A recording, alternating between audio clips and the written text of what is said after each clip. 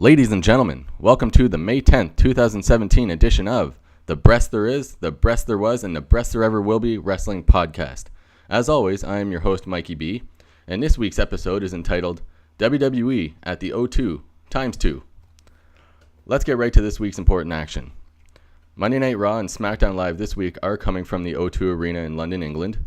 Raw opened with Dean Ambrose coming down to the ring, announcing that after speaking to General Manager Kurt Angle, who was not in attendance, that he was named the guest GM for the evening.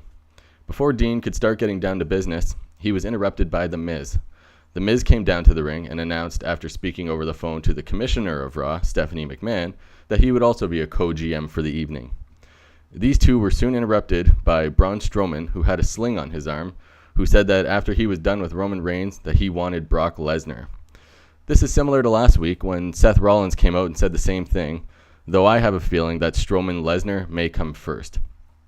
Another thing of note is that prior to Strowman coming down to the ring, Dean and The Miz were in each other's faces, saying that at Extreme Rules, they would beat each other up during an Intercontinental title match.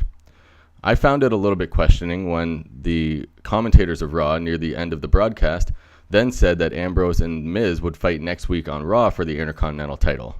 So 1 minute they're building their feud for the next pay-per-view, and the next moment we find out this match is happening next week.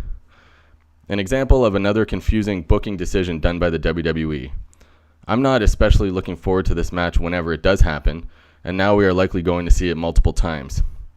Anyways, getting back to the show, this segment also featured Kalisto coming out and saying how he wanted Braun Strowman again after Strowman rolled him off a platform in a dumpster a few weeks ago.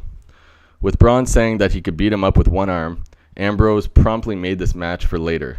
He also included that The Miz would be in action immediately against Finn Balor.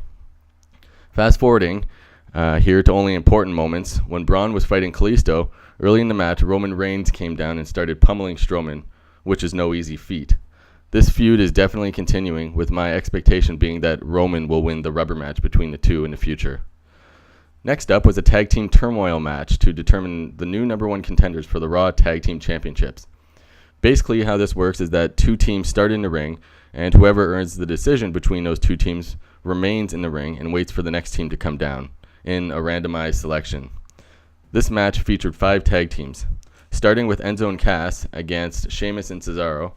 This matchup had Sheamus and Cesaro winning in convincing fashion. This team then continued their domination by also defeating Rhino and Heath Slater, Gallows and Anderson, and the Golden Truth to earn their spot for the title. After the match, the Hardy Boys came down to confront these two, further developing their feud together.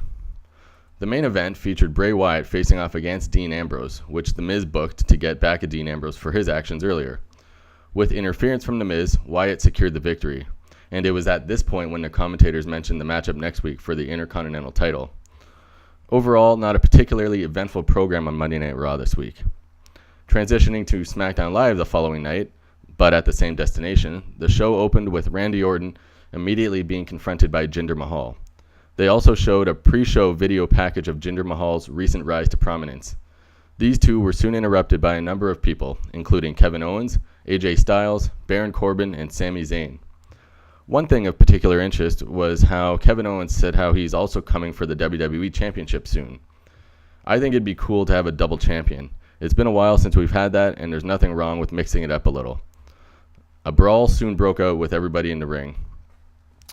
Following this was a match between Natalya and Becky Lynch, with basically all of the other female wrestlers on SmackDown Live being present ringside. Natalya was victorious in this match, which has set up a 6-women tag team match at Backlash, with champion Naomi, Charlotte Flair, and Becky Lynch bonding to face Natalya, Carmella, and Tamina. Next up was a match which wasn't very important because between Luke Harper and Eric Rowan, which saw Eric Rowan victorious. I mention this because Eric Rowan is currently the only other member of the Wyatt family, and now that Bray Wyatt is on Raw, it appears that they have dissolved this great heel stable, or at least put them on hiatus, which is a huge shame considering that there has been so much potential with this group, but it has never been realized. I hope that they resurrect it again soon, otherwise the other members don't have much direction now. The episode concluded with a 6-man tag match featuring all of the men from the start of the show. Jinder Mahal, Kevin Owens, and Baron Corbin teamed up to face Randy Orton, AJ Styles, and Sami Zayn in a purposeless bout to feature competitors which will all likely be on the upcoming pay-per-view. the team of Mahal, Owens, and Corbin were victorious. So basically, the only new thing we learned from the episode of Smackdown Live is that there will be a 6-women tag match at Backlash. A pretty lackluster week in the WWE universe, I must say. Okay, folks, well, that covers the few important events which transpired this week. Don't forget to subscribe to my channel below if you liked what you heard. Thanks for listening, and see you next time.